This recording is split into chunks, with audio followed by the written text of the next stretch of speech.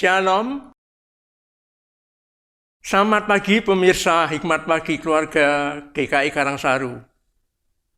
Kami senang sekali menyapa saudara sekalian.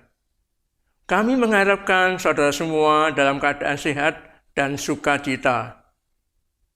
Kita bersyukur memasuki awal bulan April tahun 2023 dalam pimpinan kasih dan anugerah Tuhan. Kiranya Hikmat Pagi Keluarga senantiasa memberikan kekuatan dan memandangkan langkah-langkah kehidupan keluarga kita. Kami dari keluarga Andreas Ginaryono Budi Sanyoto, istri saya Agustin Adi Yuwono. Kami mempunyai 3 putra yang saat ini belum sempat hadir karena masing-masing kesibukan kerja. Sebelum mendengarkan firman Tuhan, mari kita berdoa. Bapa yang kami sembah di dalam Tuhan Yesus Kristus, bersyukur pada pagi hari ini sebelum memulai aktivitas pekerjaan kami boleh mengambil waktu sejenak untuk bersekutu dengan Engkau Tuhan melalui hikmat keluarga pagi hari ini. Biarlah firman yang disampaikan oleh Bapak Pendeta Utomo boleh menguatkan dan memantapkan langkah-langkah kehidupan kami untuk aktivitas kami sehari-hari setiap hari Tuhan. Dan kiranya Engkau memberkati Pak Utomo dalam pelayanan firman pagi hari Tuhan. Di dalam Yesus Tuhan Juru Selamat kami sudah berdoa dan mengucap syukur. Amin. Tema Hikmat Pagi Keluarga pada hari ini adalah kasih karunia menjadi berlimpah-limpah yang diambil dari surat Roma pasal 5 ayat yang ke-20. Begini bunyinya, tetapi hukum Taurat ditambahkan supaya pelanggaran menjadi semakin banyak, dan di mana dosa bertambah banyak, di sana kasih karunia menjadi berlimpah-limpah. Demikianlah firman Tuhan pada pagi hari ini. Syukur kepada Allah.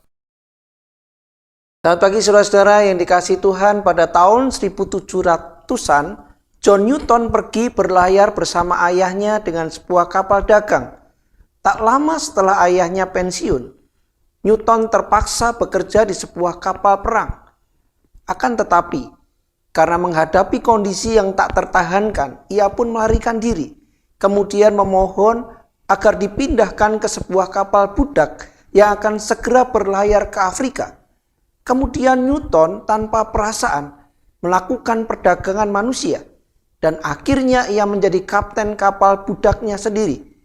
Akan tetapi pada tanggal 10 Mei 1748, hidupnya mengalami perubahan untuk selamanya.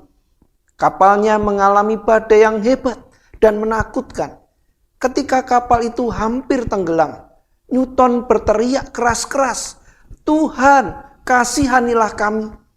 Pada malam itu di kabinnya, ia mulai merenungkan belas kasih Allah. Melalui iman akan pengorbanan Kristus untuknya, John Newton dapat mengalami kasih karunia Allah yang luar biasa secara pribadi. Akhirnya ia pun meninggalkan bisnis perdagangan budak dan memasuki pelayanan Kristiani. Meskipun ia menjadi seorang pengkhotbah Injil, ia kemudian justru lebih dikenang karena kidung pujiannya yang disukai begitu banyak orang, yaitu lagu Amazing Grace. Lagu ini merupakan kesaksian menakjubkan dari pengalaman hidupnya sendiri.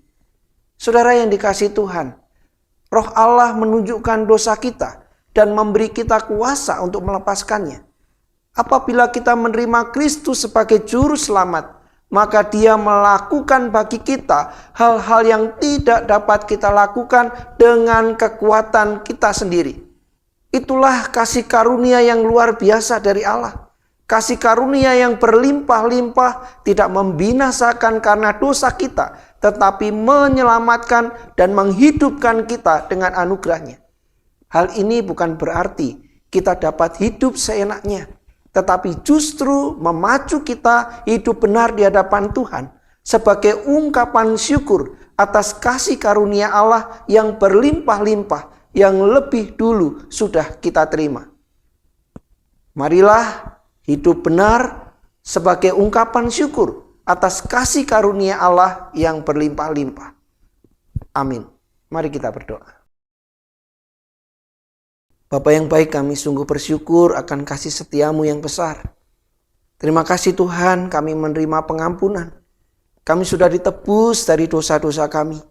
Dan kami dimampukan untuk hidup dalam kebenaran. Kami tidak lagi berjalan menuju kebinasaan, namun kami berjalan di dalam kehidupan kekal. Kami boleh mengalami kemenangan, dan kami boleh mengalami kehidupan yang penuh dengan damai, bahkan kasih Tuhan yang berlimpah-limpah.